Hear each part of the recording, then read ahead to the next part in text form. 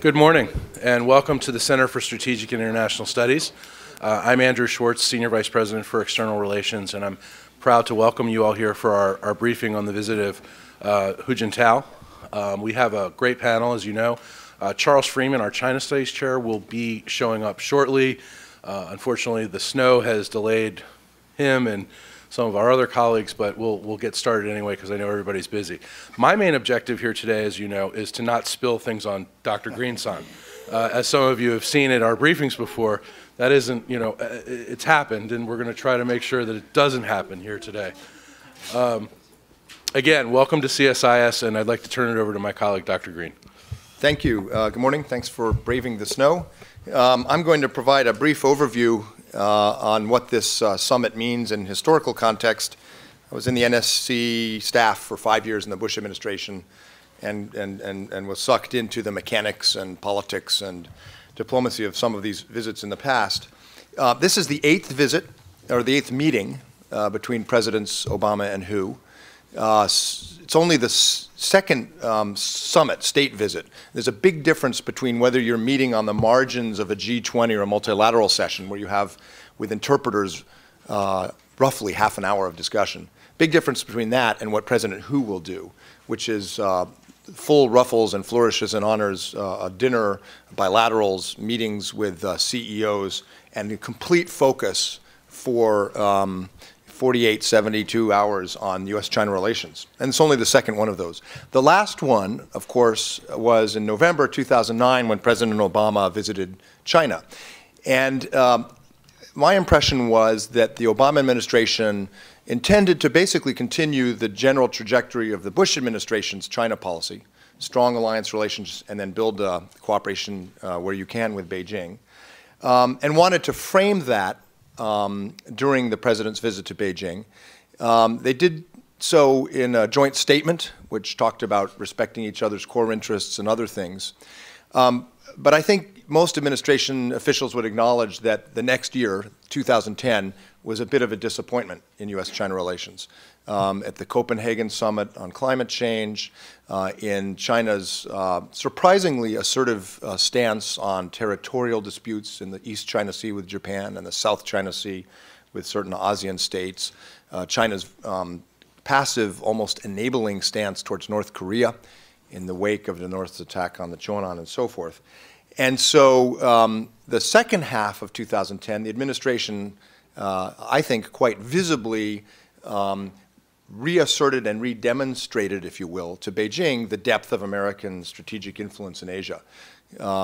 Secretary Clinton at the ASEAN Regional Forum in June said the U.S. has a national interest in freedom of navigation and inserted the U.S. in the South China Sea dispute in a way we had not done before. When Japan and China came into controversy over the Senkaku or Diaoyutai Islands, and Japan arrested a Chinese fishing captain, and China embargoed Japan. The administration, quite visibly reaffirmed our defense commitment to Japan as it pertains to those islands, trilateral U.S.-Japan-Korea defense exercises, and so forth. And we go into this summit now, I think, with both sides eager to add a little more stability to the relationship.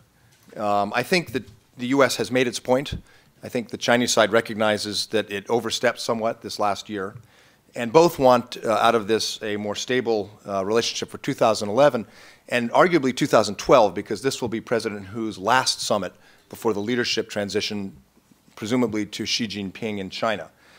So this, I think both sides hope, will set the tone for at least 2 years. Can it? I think in some ways, yes, it can.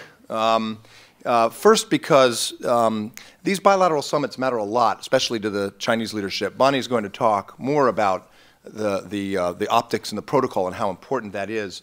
But Hu Jintao is essentially a Dengist, which is to say follows Deng Xiaoping's maxim of 30-some years ago, to lay low, bide your time, build your strength. And the relationship with the U.S. is foundational for China.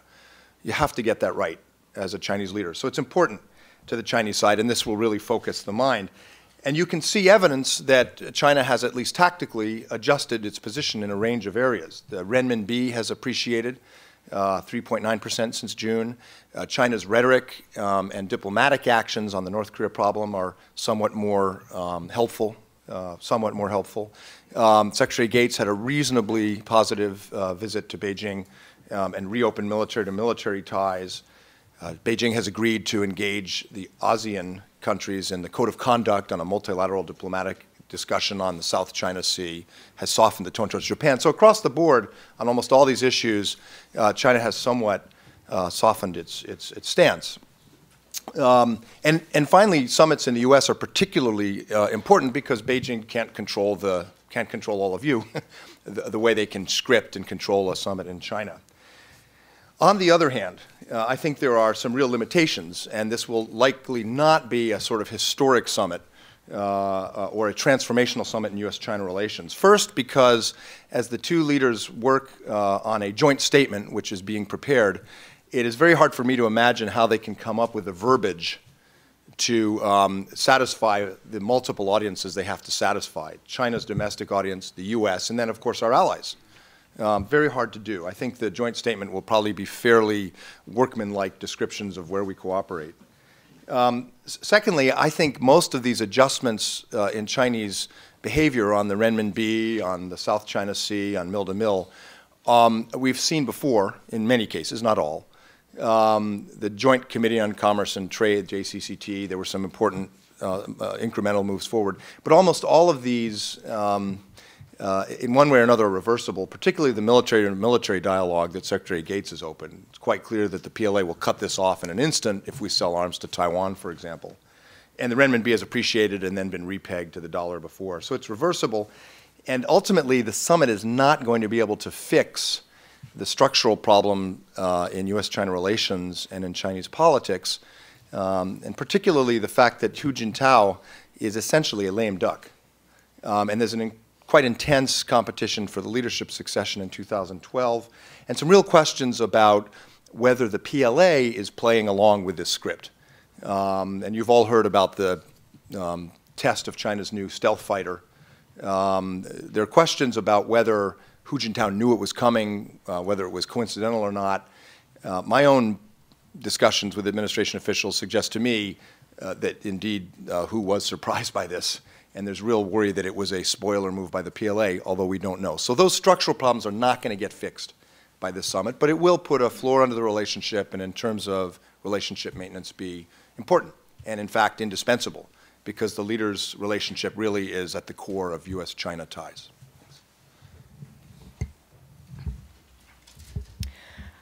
Good morning. I will pick up on a few things that my colleague, Mike Green, has not yet touched on, and then Victor Chow will be talking primarily about North Korea. I will leave that to him. The Obama administration came in wanting to have a closer partnership, more cooperation with China, particularly on global issues. So there was a desire to really elevate this relationship and find new areas of cooperation, expand what had been done in previous administrations.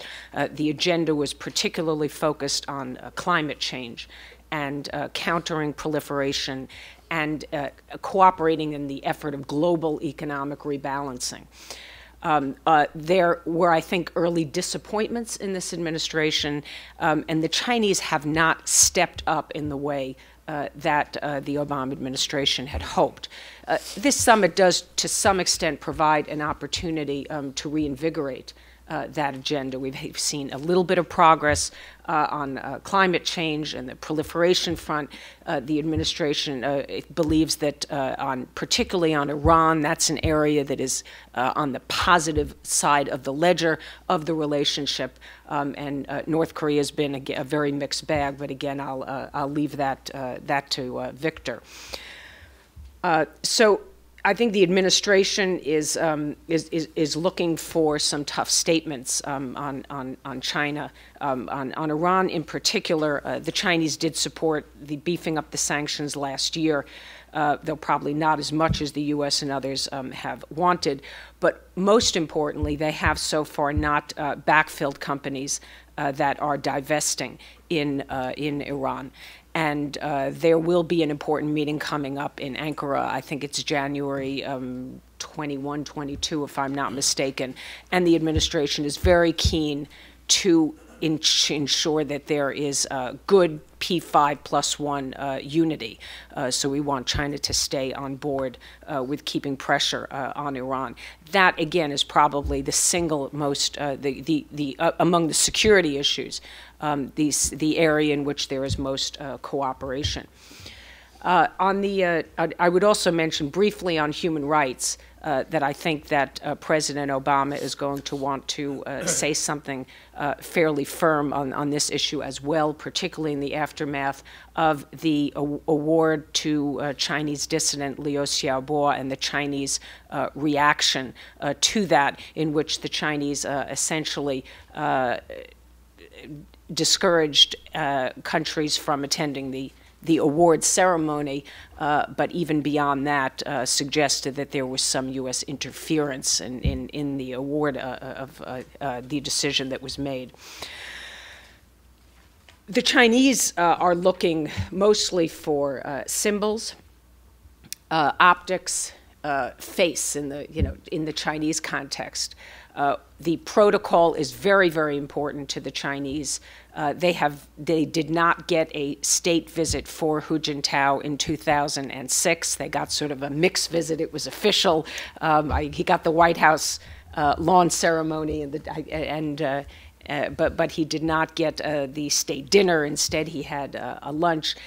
This time, China is getting, I think, everything that it wants in terms of the symbols of a visit.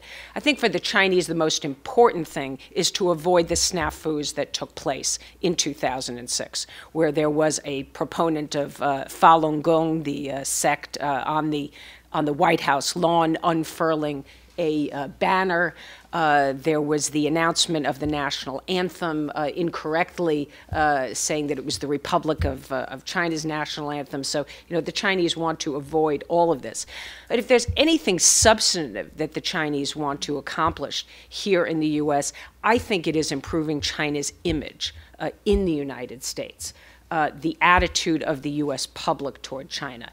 That will be on the agenda when Hu Jintao is in Chicago, for example, visiting a Chinese, an auto parts factory in which there is Chinese investment, sending the message that China is contributing to creating jobs in the United States, visiting I think it's a middle school or a high school in which they teach Chinese, demonstrating, again, cooperation between the U.S. and China on the educational front. But President Hu Jintao wants to show that he has been a good steward, a responsible steward of the U.S.-China relationship. Again, as Mike said, this is his last visit. He's going to want to turn over this relationship, the most critical relationship for China, to his successor, Xi Jinping, in good shape. Let me finally just say something about the military side of things. I agree that Defense Secretary Gates achieved some useful things during his visit to China last week, particularly the agreement by the Chinese to send the head of the 2nd Artillery, which is in charge of these strategic rocket forces, both conventional and nuclear, to our strategic command. The Chinese have in the past suggested that they would do that, and the Bush administration didn't happen. We will see whether it happens this time. I think that President Obama might seek to reinforce some of the things and messages that Defense Secretary Gates was trying to get across. One is that we want to have a sustained and reliable military relationship with China that will survive the shifting political winds, as Secretary Gates said. But I do agree with Mike that if we do go ahead with a major arms sale to Taiwan, that probably all bets are off. I don't think that necessarily the Chinese would suspend the relationship for all arms sales, but we could talk about that in the Q&A. And then finally, Secretary Gates tried to tee up an agreement on a new security dialogue, which would be a joint civilian-military dialogue that would focus on nuclear, space, cyber, and missile defense issues. The Chinese side said that they would study this, though Secretary Gates met with Hu Jintao and said in a discussion with the media afterwards for the press that he believes that Hu Jintao and the Chinese side are really seriously considering this. So this is something that maybe the president will seek to reinforce, that this kind of dialogue would be important toward beginning to allay some of the mutual suspicions that have built up over the last few years and begin to establish a modicum of strategic trust in the relationship. Thank you. Well, good morning, everyone. What I will say does not overlap at all with anything that my two prior colleagues have talked about. The one thing I'll say more broadly about the U.S.-China relationship in this summit is, you know, to me, the U.S.-China relationship is just, in many ways, it's too big and it's too important just to be left to the two governments. In other words, this is a relationship that you need to have a good personal connection between the top leaders. I think it's very important. And I think, and I think Mike would agree, that President Bush worked hard to cultivate that with Jiang Zemin and with Hu Jintao to the point where they could both call on each other and also challenge each other to do things. And that, I think, is very important. It's particularly important in the Chinese system because that's the only way things really register. And it's sometimes difficult to create that sort of personal relationship when you're dealing solely with bilateral issues. Because in bilateral issues, whether it's currency, whether it's transparency of the Chinese military budget, many of these issues can be often seen as zero-sum, so it's very hard to do. But one of the ways that leaders can build personal relationships is when they work together on an external issue. And clearly the issue that these two hopefully will and have been working hard on trying to correct is the North Korea problem. I think this issue will probably be one of the most important issues, if not issue number one, maybe number two in this summit. It'll be important in the sense that we won't see a lot publicly on North Korea coming out of this summit, but I think there'll be a lot of discussion behind the scenes. In many ways, this is a change from the past, because in the past, I think it's fair to say that for the Obama administration, when it was dealing with China, North Korea was not a top priority issue. There were lots of other things that were on the agenda. They still are on the agenda: currency, climate change, Iran, and other cases. But because of the events over the past year, because of the events over the past 3 weeks even, this has really become a front burner issue. And I think it's fair to say that there has been a gap in the way both the United States and China have dealt with the North Korea issue over the past year, if not over the past 2 years. You know, we know that the United States wants China to use more of its material leverage on the North to try to get them to come back to negotiations or to stop provocations. And the Chinese, in return, want the United States to meet North Korean provocations with a willingness to come back to negotiations, come back to the six-party talks as a way of try to bring stability back to the situation. I think our response to most of that is every time the North Koreans provoke and the Chinese call for a return to six-party talks or an emergency six-party talk session, the way we interpret it, and I think the way the administration interprets it, is China's basically just trying to move the pressure off of themselves, right? If there's no dialogue, all the pressure's on China to try to calm the North down. But if we can move this back to six-party talks, then the pressure comes off of China, and once negotiations start, the pressure all comes onto the United States. So I think this is the dynamic we were in U.S.-China relations when it came to North Korea. And I think it was a real gap. I mean, I think it was a real serious and substantive gap. And my hope and my expectation, reading the tea leaves, is that this summit may actually represent more of a coming together of Washington and Beijing's positions on North Korea, more of a closing of the gap, coming closer, getting closer to a common front on North Korea. And I think there are two reasons for this. The first reason is, ironically, the South Korean artillery exercises on Yongpyeong Island, whenever it was, 2 weeks ago. I think it was really at that point, as you all know, the North Koreans shelled the South Korean island in November. And there was exercising between the U.S. and the ROK, the U.S. and Japan, but South Koreans wanted to conduct their own live fire exercises on the very islands that were shelled. And there was a lot of concern on the part of the Chinese that this could elicit some sort of North Korean action or retaliation, to which everybody believed the South would respond militarily, would not just sit still. And I think the Chinese became very concerned that the whole situation was going to spin out of control when it was clear that the United States was not going to stop South Korea from doing these live fire artillery exercises. I think the Chinese came to the U.S. and said, can you stop this? And the United States says, they're a sovereign country, they're our ally, it's their territory, it's their exercise.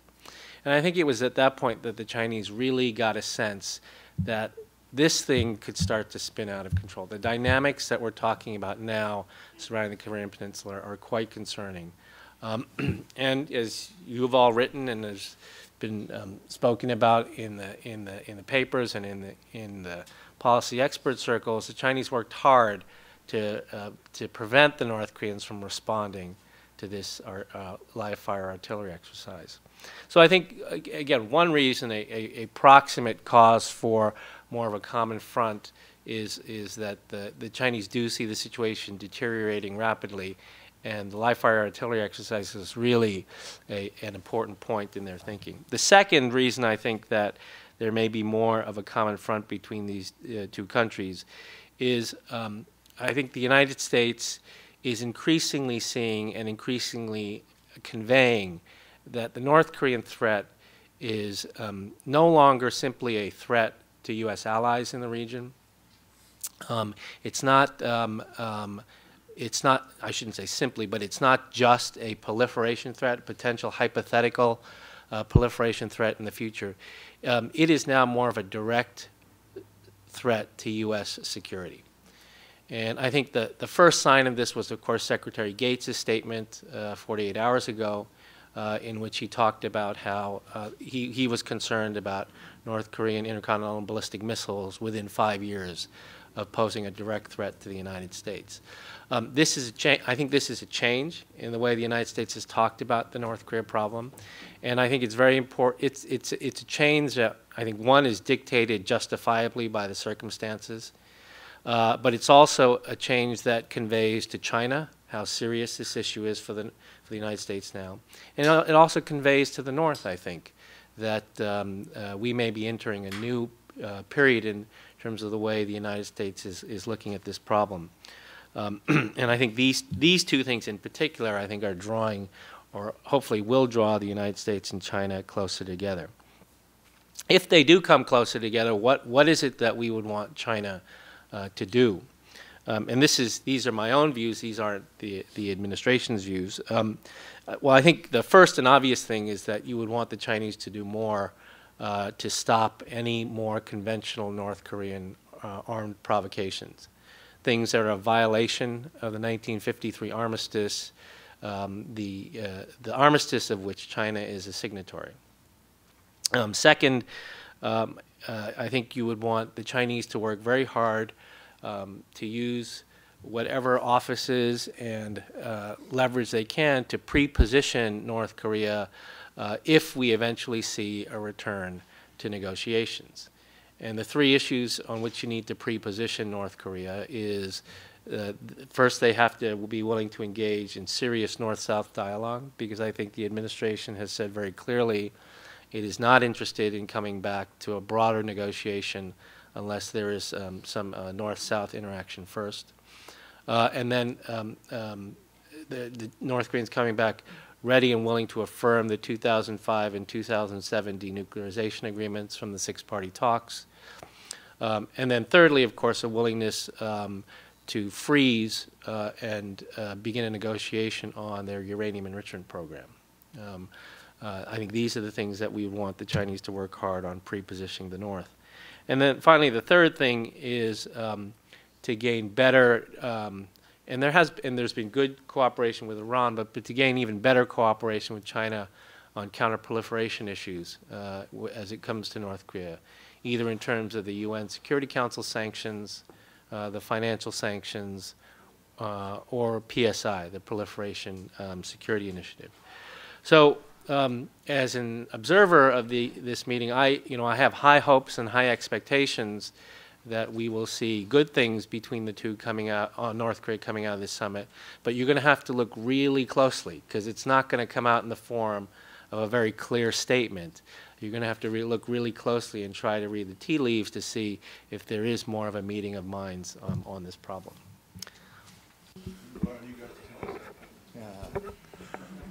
We're going to open it up to questions. When our colleague Charles gets here, we'll have an opening statement from Charles. But so if you want to reserve most of your economic questions for when Charles gets here, that would be great.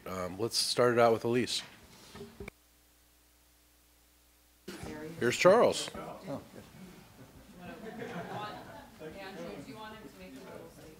No. You're on, but Dr. Labott is going to ask her question first. Okay, thank you. One for Mike and Bonnie and then one for Victor. Some prominent people that follow China have said that there's been too much the Chinese have been given too much up front in terms of the protocol, Bonnie, that for instance you discussed, that they were promised everything so much up front, and then there's little in the way of trying to extract some of these more difficult things that they're looking for in China, particularly on the economic front, but also on some of these other issues. And was wondering if you think that the administration has done enough to prepare for this visit, and how that might affect the deliverables. And Victor, we've been hearing a little bit about whether the United States is considering just kind of scrapping the six-party talks, considering that they're not going anywhere. What do you think of that idea, and how would that play into U.S. relations with China, considering China is the kind of host of these talks and considers its role so large, and that gives it the kind of hand that the U.S. can encourage? Thanks. On the protocol point, as a tactical matter, I would agree with some of that criticism. I mean, when we were preparing, I left. I prepared in 2005 for Hu Jintao's visit, and then I got out of government, and then was in the audience when the Falun Gong demonstrators started protesting. I turned to my wife with all the protocol, and I said, I really missed that. And right at that moment, the woman from Falun Gong started screaming. She said, "No, you don't." And it was not my successor's fault, by the way. It was very bad luck. But I would have held out a little more on protocol. I think the main area where it's potentially a problem is Liu Xiaobo and foreign and human rights. The administration's hoping out of this summit to have some human rights dialogue restart, but they're not sure they have it. And in any case, Liu Xiaobo and numerous other prominent dissidents are obviously in jail. And this is the first time an American president has had, I think, has had a state visit with a head of state who is imprisoning a Nobel Peace Prize laureate. So that's an extremely awkward juxtaposition, to say the least. And the administration made a very hard effort to deal with this. Secretary Clinton in particular tried very hard on a number of occasions. There's some risk in that for them. On the other hand, in terms of strength and weakness and realpolitik, I think the administration in the past 6 months has been, and I say this as a member of the loyal opposition, really masterful at demonstrating to the region and to Beijing the resilience and depth of American power in Asia. I mean, there is almost no capital in Asia now, maybe Pyongyang and Naypyidaw, Burma, maybe, that does not want a closer relationship with the U.S. to deal with this much more assertive China. And the administration, with TPP on trade, with the Korea FTA, with trilaterals with U.S., Japan, Korea, engaging ASEAN, across the board has taken advantage of this without overdoing it. without, sort of propelling the paranoia within China about conspiracy and containment. So that, in that sense, I think they've handled the sort of power politics of the summit quite well. But tactically, I think they've left open some risk for themselves because of Liu Xiaobo and human rights issue. Oh, Bonnie, go, I'm sorry. Oh, I would just add briefly that I think that there are some of the issues involved in preparation for the visit were used as levers on the Chinese on particularly the North Korea issue. Though I don't think that had to do with whether or not it would be a state visit. That was obviously determined a long time ago. But getting the Chinese to put the pressure, as Victor said, basically use their good offices to tell the North Koreans to knock it off and not be provocative in response to South Korea's exercises. That was, I think, an area where the administration did try to use some leverage, and may explain in part why President Obama sat in on Foreign Minister Yang Jiechi's meeting with Donnellan the other day. But that's just speculation. My point being that there was some leverage, I think, that was used on that issue. But the decision was made quite some time ago to do the full-out state visit, 21-gun salute, and have the state dinner. I think it was just the timing of the announcement that was used perhaps as just tactical leverage over China. Whether we could have gotten more for it, hard to say. On the six-party talks, I think people grumble about the six-party talks, about whether it's the right format, whether it's still has any relevance. I mean, it hasn't met in, 3 years now. I mean, if there's anything that you haven't done for 3 years, you probably don't do it anymore. But at the same time, I think many people who are involved in this and involved in negotiations have looked at the negotiation record carefully and have essentially realized that in the end, it's a combination, right? In the end, it's going to be a combination, if you have a negotiation, of bilaterals, and it's going to be and six-party. And the six-party part is important in one sense because the standing agreements come out of this multilateral negotiation, and you have 5 other members, right, 3 of whom are Security Council members that have signed on to this. So it's a good thing. It's very handy to have that, right? And also, as your question intimated, it puts China in a sense in the hot seat because China does care about process. They care about optics, and the last thing they want to see when a negotiation starts is an inconclusive round of six-party talks. I mean, when we used to have bad rounds of six-party talks, the Chinese just got absolutely apoplectic because they wanted to get a joint statement, and everybody said, impossible. Then a statement, some statement, then anything, basically. And anything meant the chairman's statement, which nobody had to sign off on, just the Chinese.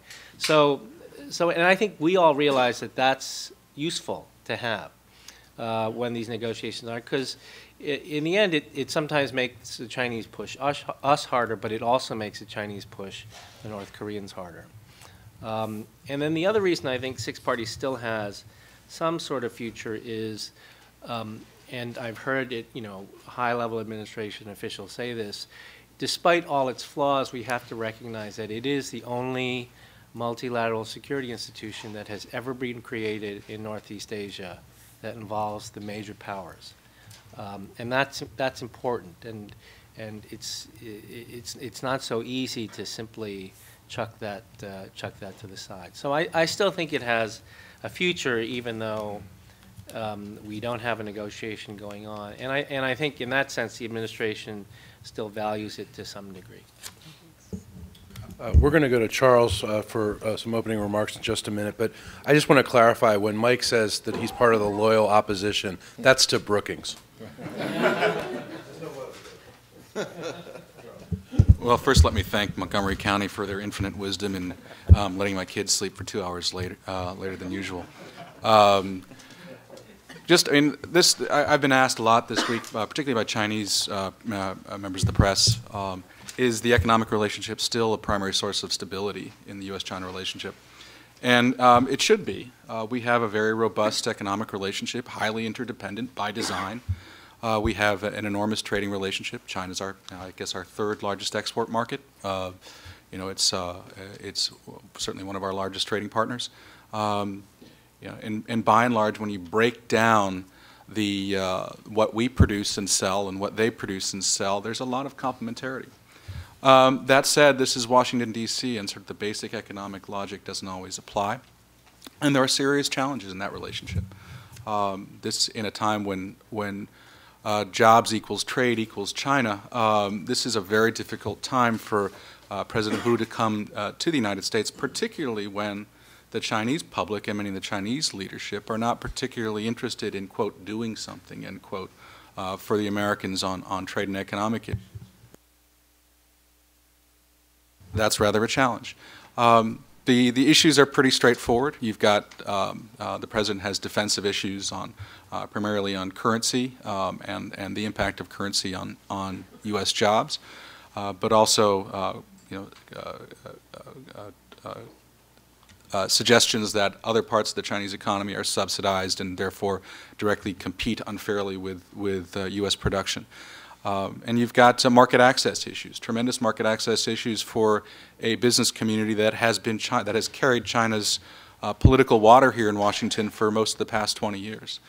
So when the business community begins to become unhappy or begins to find the competitive environment in China that much more difficult, it seems less and less likely and inclined to want to do something for the Chinese here in Washington.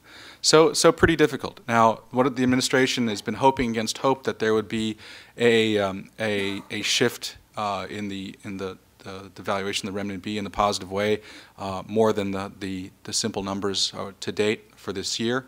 Or since the announcement of revaluation or reapplication of flexibility was made earlier this year.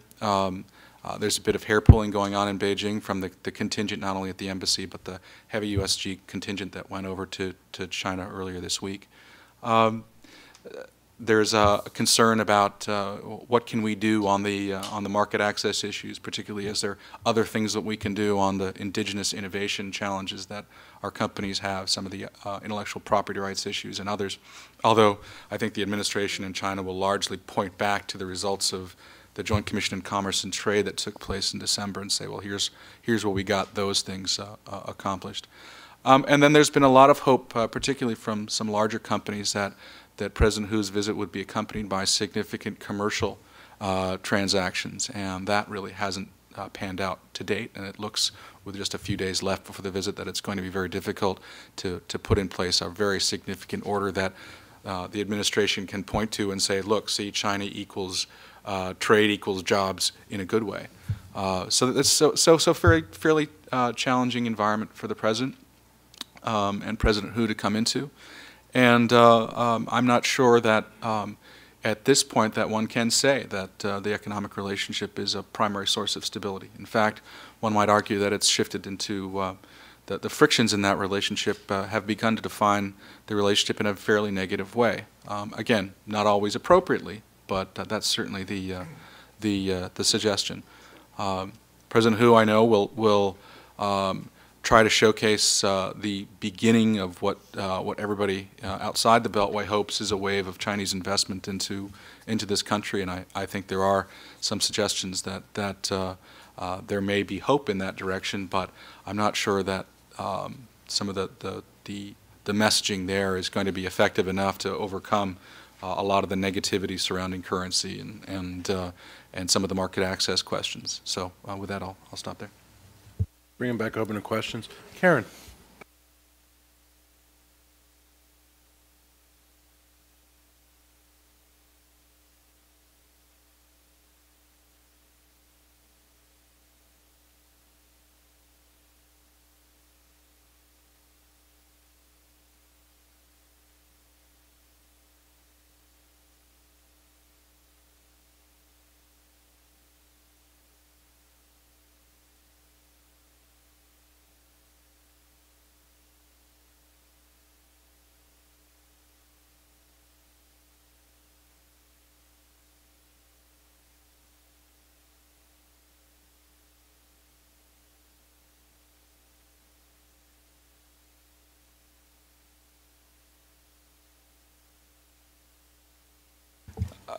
like you, I think I've been assuming that the new makeup in Congress makes action, whether it's legislation or other activity in Congress on currency, that much less likely.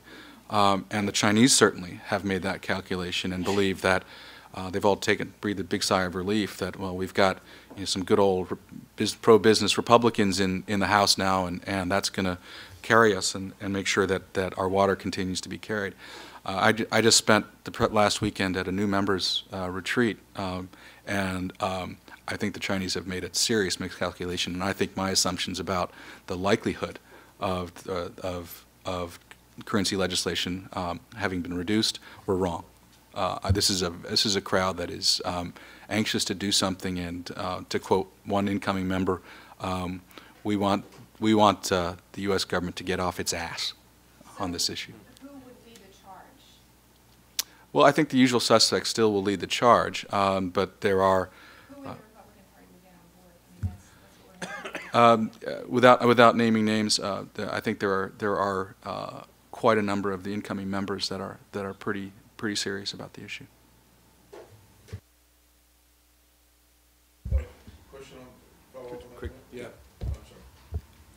Just a couple of sentences on Go your right back to you, Chris. on your human rights question. First, I think this is a topic always comes up in meetings with the Chinese, and so I think it's serious, and the president probably wants to convey a serious message. It's not all about the public message, but as far as the domestic political context here, I do think that there will be something that would be said. It could be in a statement that is issued by the White House afterwards on the summing up the discussions. I would not be surprised if Secretary Clinton also includes it in the speech that she is giving on Friday. I don't know if there's going to be, you may know, a joint press conference. I know there was a request that was issued to the Chinese to have one, yet it remains to be seen whether or not they are going to accept it. That would be another opportunity. There will be a joint press conference, I understand.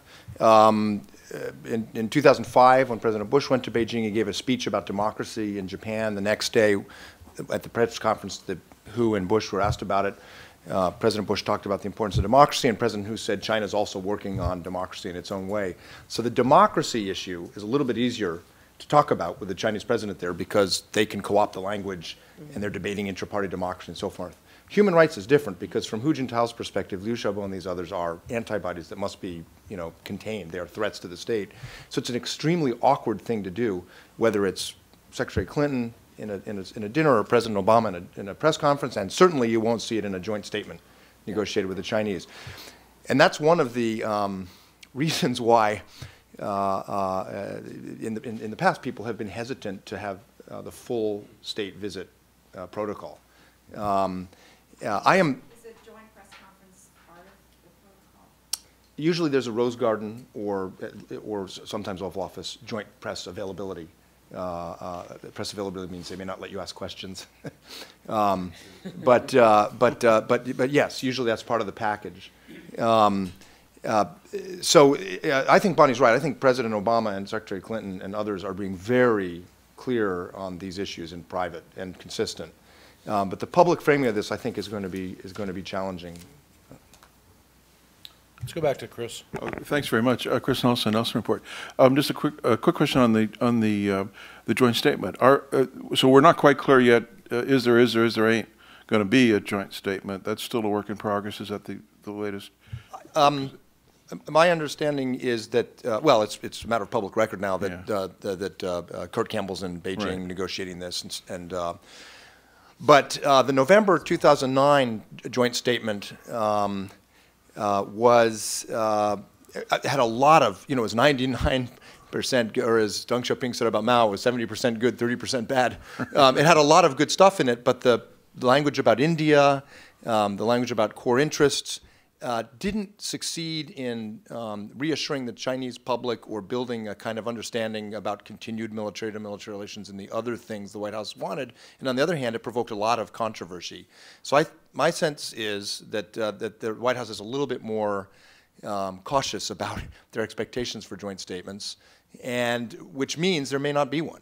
I don't think that they've promised that there will be one. They're negotiating it, and I think the quality will matter. Yeah. And they could either put out something that's fairly descriptive of cooperative areas, skip it, or perhaps come up with some meaningful language on the overall relationship, I think that will be hard. And so I would not expect a sort of fourth communique with really significant language about the overall strategic nature of the relationship. Right. Actually, my question was is going to be about the currency thing. I'm interested that I'm hearing from Charles now, and I've heard from a number of friends who have good ties into the Republican side of things, that what looked like Chairman Camp of Ways and Means trying to make very clear that his co-sponsorship with Levin was a way of positioning the issue, but that he had no intention of making that a priority for this year. I was told that personally several times by his senior staff person, who actually called me once and said, "You did see that in the speech, right? You did." Yeah. So, are you hearing a real change of mind about that? And if so, why? No, I'm not hearing that camp has changed and suddenly going to make currency a priority. I'm saying that for many in the Republican Party, the notion that this is all going away is somewhat fanciful. And I guess my point in underscoring it is I think there has been a concerted gamble's probably too hard, but in Beijing that they don't really have to worry about this issue as a political matter between the United States and China, and I think that's wrong. They listen to Al-Qaeda too much. All right, thanks very much. Questions? Sean.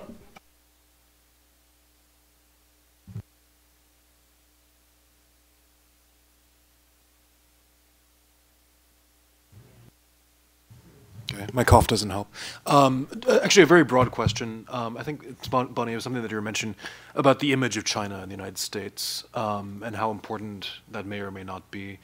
Do you think that that's something that the Chinese are looking at, that having this trip as something that could potentially rehabilitate the Chinese image? You saw it's taken quite a beating. And is that something that could potentially be on the cards, I mean, with all the issues on human rights and the economy and whatnot? Well, absolutely. I think number one is the domestic audience back home in China, and the elites and the other members of the Standing Committee of the Politburo, and ensuring that, as I said, Hu Jintao is seen as being a good, responsible steward of this bilateral relationship. But I think that here in the United States, the message is going to be that China is a responsible nation, that it is rising peacefully. Hu Jintao will give a speech here at a luncheon in Washington, D.C. I imagine that the theme of that will be reassuring everybody that China is rising peacefully and going to contribute in some way to global issues and resolving problems around the world. But I think the Chinese were unnerved by the discussions here that took place in the run-up to the midterm elections about China stealing our jobs. And I think they would like to try and shape that narrative in a more positive direction. I think that's, as I said, that's what Hu Jintao will be doing in Chicago. So yeah, I think it's an objective. I would say it's not at the top of the list of China's priorities, but that's one of the things that Hu Jintao would like to do here. Hi. Of all the shifts in relationships in Asia, and I'm talking about U.S.-India, U.S.-Vietnam, Japan-South Korea military, sales to Taiwan, and so forth, which alarms China the most? Maybe Michael? Do you want?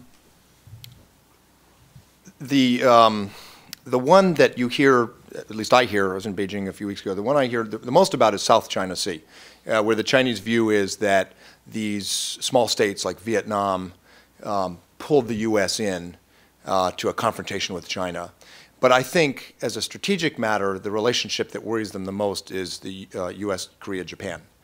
And that's both a risk and an opportunity for us. To the extent that Beijing and secondarily Pyongyang sees U.S., Japan, and U.S., Korea alliances, which have been quite separate. Victor wrote the seminal book on this. To the extent that those are triangulating and coming together because of North Korea, it really affects the long-term balance of power and alignment in Asia, and worries Beijing. And that frankly puts pressure on Beijing to be more active on North Korea. And I think that's part of the reason why Beijing has changed its tone. Polls in South Korea about China now are very negative, and in Japan as well.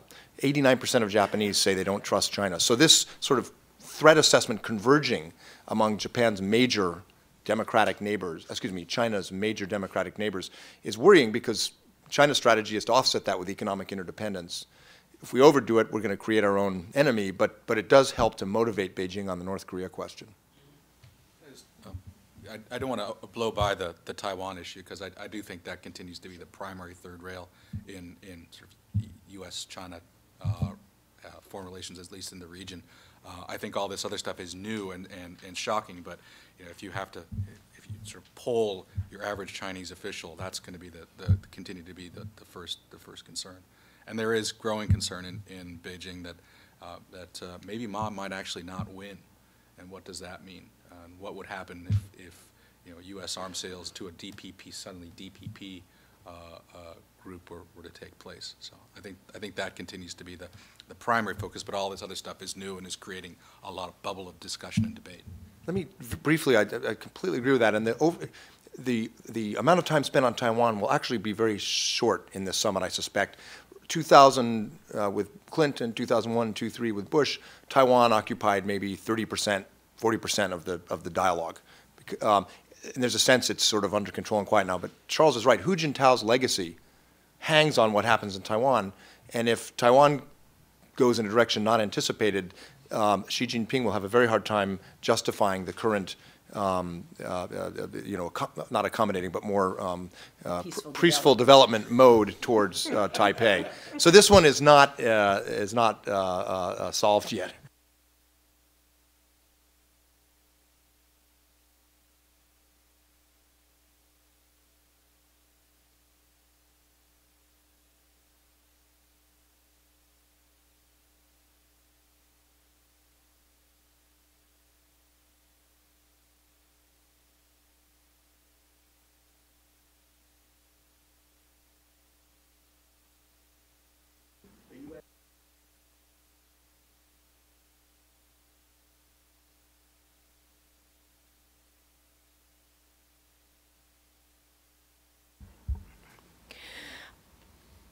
Let me weigh in on that, since my colleagues have already said something about Taiwan. I think that, first of all, I would say that Secretary Gates's statement, in my mind, is really not new. The logic behind that statement is that if there is an improvement in cross-strait relations, there is a significant reduction in the Chinese military threat to Taiwan. Taiwan itself will need to spend less, procure less in terms of advanced weapons from the United States. And in that context, would then ask the United States for less. I don't think that Secretary Gates was saying that the United States by itself is going to make an assessment that because China is pressuring us that we would reconsider this position and our obligations under the TRA. I don't interpret it that way at all. And so I think this is very consistent with past U.S. policy. I would agree with Mike that Taiwan conversation between President Hu and President Obama will be short.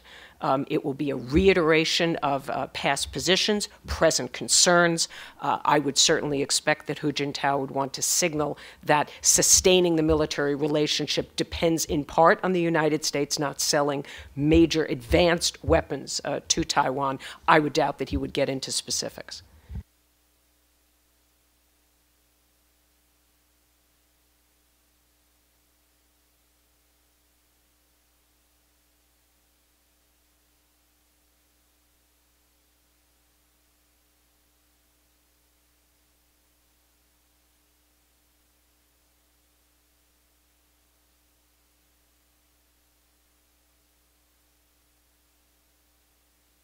Basically the threat. It's based on the threat and Taiwan's defense needs, which are in part a function of the cross-strait relationship. But this would be, in my view, it's left up to Taiwan to decide what Taiwan's needs are and then what requests they then make of the United States. Questions? We'll go in the back here and then we'll come over here. Hi, Betty Lin of the World Journal. Could the panel elaborate on the differences between the civilian and military leadership in China and how dangerous it can become? And also there's an observation that after President Ma's coming to power, is China feel more confident or more comfortable that Taiwan's issue kind of taken care of, at least for a temporary period of time, so that they can feel free to crack down on Tibet the first year and Xinjiang the next year, and then maybe feel more free to, or more assertive in East Asia and the South China Sea? Thank you. Let me start. I think the civil military relationship with China is not only a focus of interest for academics and media, but is a real concern for the administration. And there are several problems. The good news is Secretary Gates, got some momentum, and there's some prospect for more dialogue. And Bonnie can probably say a lot more about what's likely to come. The bad news is that the PLA leadership is free to speak on foreign policy in a way they never were before, and take actions that can really spoil efforts to build a more stable relationship with the U.S. or China's neighbors. Second, despite some tactical changes in Chinese diplomacy in the region, the military buildup in the East China Sea, South China Sea, along the Indian border continues moving forward. And the stealth test yesterday was the PLA's message to the world that that's the case. And the third thing is although Hu Jintao chairs the Central Military Commission, and presumably Xi Jinping will as well, when you look at the photographs and the images of Secretary Gates in China, one of the most striking things is how every meeting he has, basically, the other guy is wearing a uniform. Whether it's the defense minister, the chairman, the head of the Air Force, the PLA-2, Intel, whoever it is, the other guy has a uniform. So the checks and balances, the oversight of the PLA is a growing concern. And hopefully Secretary Gates's visit will start moving this dialogue forward and shedding more transparency. I think it's going to be a very high priority on this trip, together with trade and human rights and North Korea. From my experience, people would often ask, what's your highest priority in this trip, China visit, and you had 5, and you couldn't say, it's 1, 2, 3, 4, 5. They're all really challenging. So one of the reasons that Secretary Gates proposed this new security dialogue is indeed to bring the civilians and the military into the same room to promote coordination on security issues. In our system, we don't talk about these issues at 2 separate stovepipe systems, and we need the Chinese increasingly to begin to coordinate. Yes, I agree with Mike. There are concerns about the civil-military relationship. There's some evidence of that. For example, there are indications that the PLA really did not want to resume this military relationship, and when it did, was not as enthusiastic about having Secretary Gates visit. They were essentially told to get on board, and they did. But I could cite similar cases in our own system. So China is not unique in that regard. And so I wouldn't want to exaggerate the differences. When it comes to civilian control over the PLA, party control over the PLA, I don't believe that is what that's in jeopardy. I don't think that's what we're talking about here. But yes, there are differences. There are some concerns in the Obama administration, and trying to get these two communities in the room to talk about security issues, I think would be very helpful. Just to answer your second question, whether the more calm relations across the Taiwan Strait have been a reason that the PLA has been more assertive, I'm not sure that you can draw a direct correlation. Although you certainly, some people have suggested that as a result of that the relaxation of tensions, that the People's Liberation Army needs other tensions to justify new forces and the rest. But I think the bottom line is if the PLA really was not as focused on Taiwan as an issue, you would have seen a lot more pullback of missiles and other things that just haven't taken place. So I'm not sure the People's Liberation Army is as relaxed as perhaps the civilian leadership might be.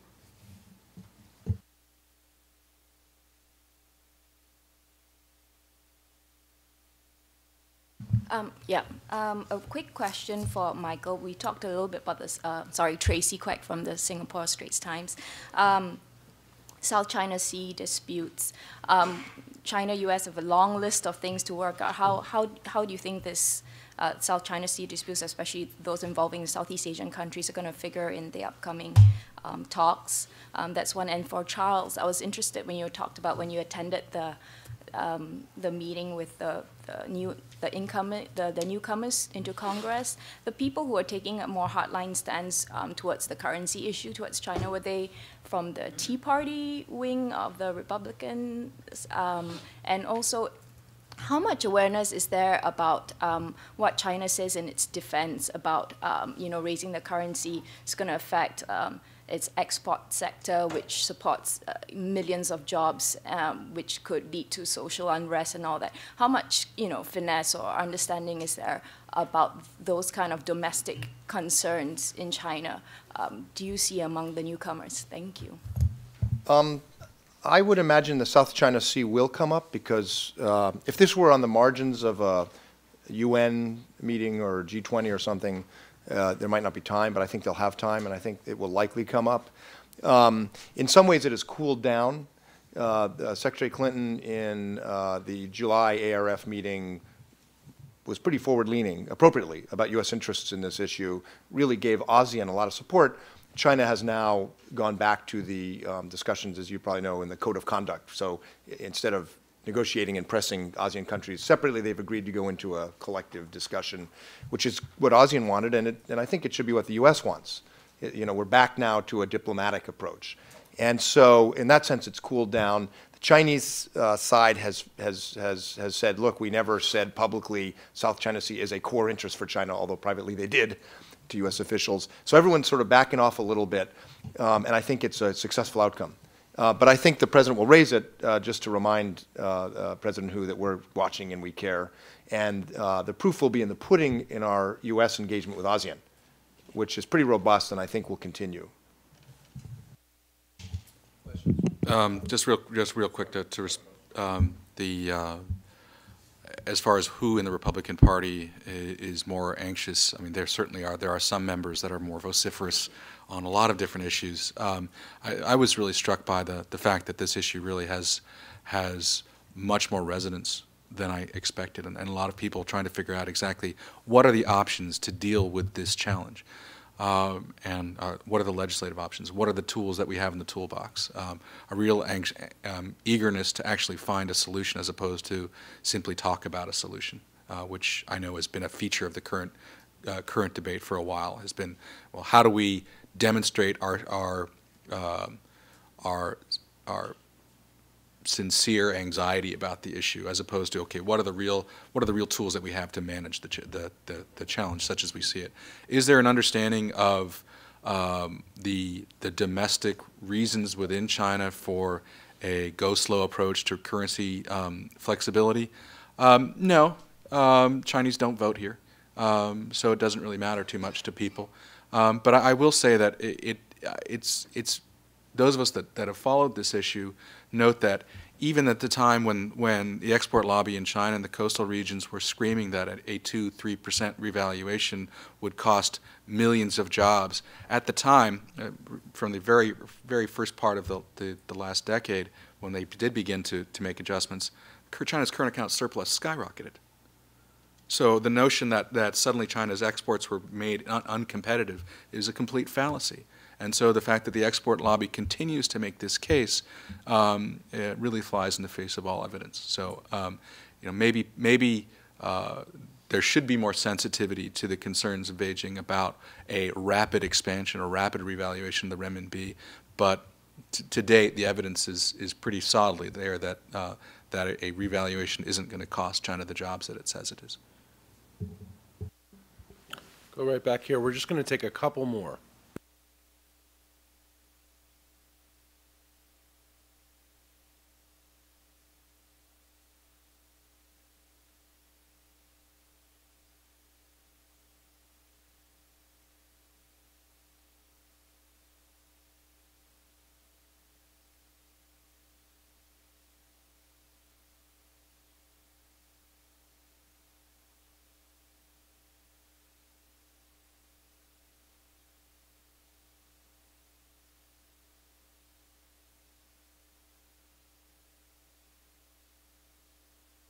Well, I can answer why President Bush didn't.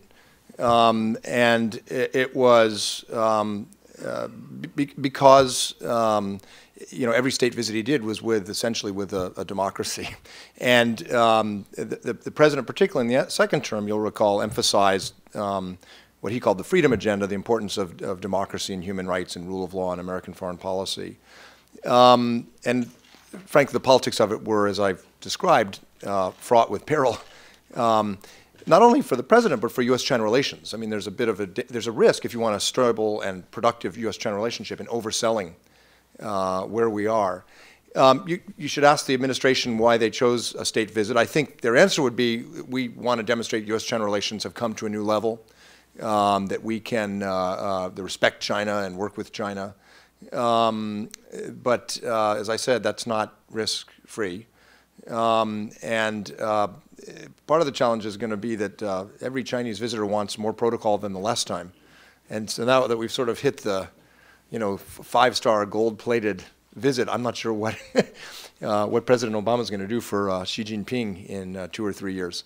But you should ask the administration. I think there's some logic to it in terms of, as Bonnie said, showing respect and so forth. But there's also some risk.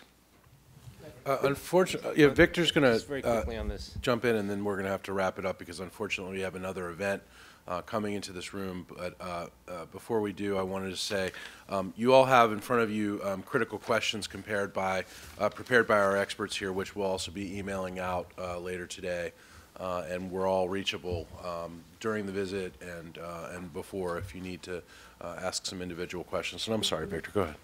Just on this last question, just to amplify some things that Mike said, in the Bush administration's second term, if I remember correctly, we gave 3 state visits, and they were all to U.S.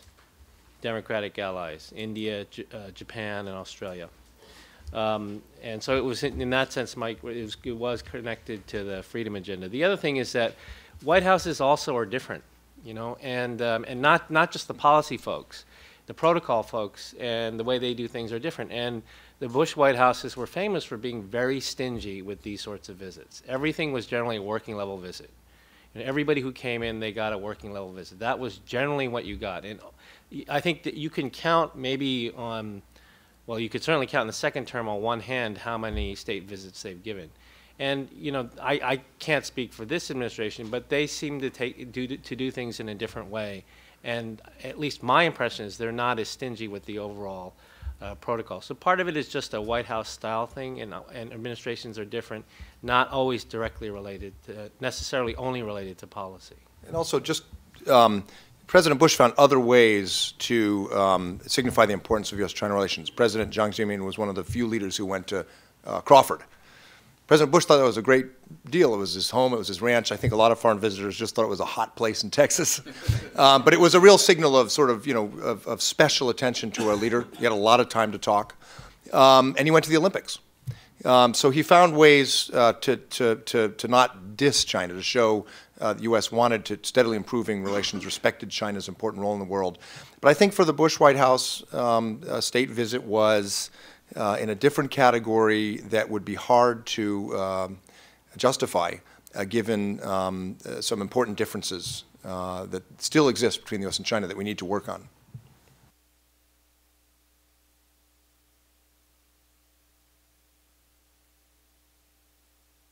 Thank you all for coming today, and we'll have a transcript up of this later, which we'll also mail out, and we will have video and audio posted later today as well. Thanks for coming.